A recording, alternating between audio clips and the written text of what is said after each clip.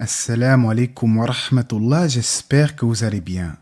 Il est rare sur la chaîne que je me focalise sur des individus, surtout s'il s'agit de musulmans. J'essaye toujours de trouver des excuses, mais il y a tout de même des limites à ne pas dépasser. Notre frère Ismaël Mounir a publié récemment une vidéo où il nie catégoriquement un sujet qui ne comporte aucune controverse chez les musulmans. Il s'agit du châtiment de la tombe. Il commence son discours en avançant qu'en islam, on n'adhère pas à une croyance sur la base de spéculation. En islam, on n'adhère pas à une croyance sur la base de la spéculation ou du raisonnement. On adhère à une croyance lorsqu'elle vient d'un texte qui est clair, authentique et sans équivoque. Par exemple, Clair, authentique et sans équivoque. Eh bien, figurez-vous que c'est justement le cas des hadiths liés au châtiment de la tombe. Ibn Taymiyyah a expliqué que les informations concernant la récompense et la punition dans le barzakh est acceptée de tous les gens de la sunna et du consensus, et que seuls les gens de l'hérésie nient ce qui concerne cela. De plus, certains versets du Coran semblent faire allusion au châtiment de la tombe, comme le verset « Le châtiment ignominieux se réalisa contre les gens de Pharaon. Le feu, ils y seront exposés matin et soir. Et le jour où l'heure arrivera, il sera dit, faites entrer les gens de Pharaon dans un châtiment encore plus dur. » L'imam Al-Qurtubi a dit que la majorité des savants sont d'avis que cette exposition de Pharaon dans le feu aura bien lieu dans le barzakh. C'est un argument clair qui affirme l'existence du châtiment dans la tombe, contrairement à ce qu'avance notre frère Ismaël Mounir. Bien entendu, ce qui prouve sans l'ombre d'un doute, de manière incontestable et claire, que le châtiment de la tombe concerne tous les serviteurs, ce sont les hadiths prophétiques. Reprenons. D'attester du châtiment de la tombe. Mais certains vont nous dire qu'il y a des hadiths. Alors, les hadiths sur cette question du châtiment de la tombe sont ahad. Ce ne sont pas des hadiths qui sont dans le tawatur, c'est-à-dire que ce ne sont pas des hadiths qui sont notoires. C'est-à-dire qu'on n'a pas énormément de hadiths qui viennent attester d'une information qui relève de l'invisible. Et je vous rappelle que là encore, il y a à redire. Le commentaire d'At-Tahawiyya a mentionné justement le tawatur des textes sur le châtiment de la tombe. Et quand bien même ces hadiths seraient ahad, cela ne vient pas diminuer leur authenticité. Pourtant, voici ce qu'il nous dit à ce sujet. Que dans le domaine de la croyance, pour beaucoup de savants musulmans, on ne peut pas se baser sur un hadith authentique s'il est ahad. Pourquoi? Parce que si l'information est rapportée que par peu de personnes, eh bien il suscite un doute. Ceci est faux.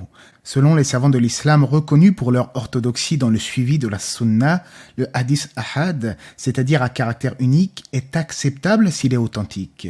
Il est obligatoire d'y croire et d'y porter foi.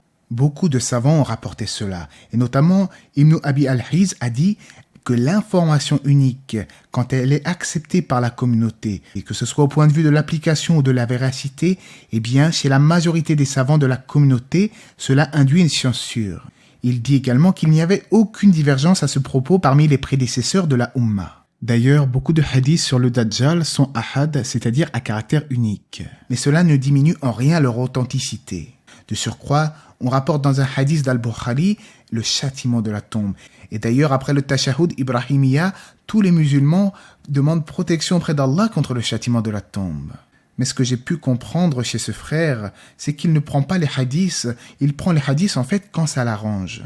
Je suis d'ailleurs tombé sur un petit short du frère Vincent Souleyman très intéressant à ce sujet.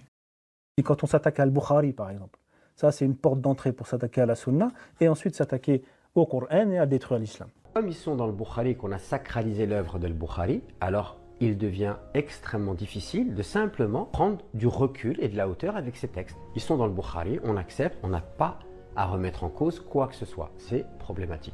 On doit appréhender les hadiths et on doit les passer au prisme du bon sens et de la raison. Passer les hadiths au prisme de la raison, c'est placer la raison avant la révélation. C'est tout simplement le madhab des Mu'tazila, le groupe déviant des Mu'tazila, qui permet de faire dire ce qu'on veut, comme on veut, à la révélation, de prendre les textes qu'on veut, de les rejeter ce que l'on veut, selon nos passions et notre raison limitée et défaillante. Je pense qu'il y a des hadiths qui font partie de notre patrimoine et que le prophète dit « Nul ne sera véritablement croyant que lorsqu'il aime pour son frère ce qu'il aime pour lui-même, je prends. » Quand le prophète nous dit que les gens les plus aimés d'Allah sont ceux qui sont les plus utiles aux gens, je prends. Quand le prophète nous dit « Allah est doux et il aime la douceur dans chaque chose, je prends le... Alhamdulillah, Allah nous a envoyé. Et finalement, Ismaël Mounir en rajoute une couche en nous expliquant en quoi il est anxiogène de croire au châtiment de la tombe. Enfin, chaque sourate du Coran commence par la basmala dans laquelle on récite le fait que Dieu est miséricordieux. On nous appelle dans le Coran à nous connecter à la miséricorde divine, à ne pas désespérer de la miséricorde divine, et on nous décrit un châtiment dans la tombe qui est horrible, qui a laissé des séquelles psychologiques chez beaucoup de musulmans. Il y a des gens qui ont même du mal à dormir ou qui font des cauchemars à cause de ce genre de choses. C'est totalement en contradiction avec l'essence de l'islam, l'essence du pardon, l'essence de la miséricorde prophétique. On a des gens...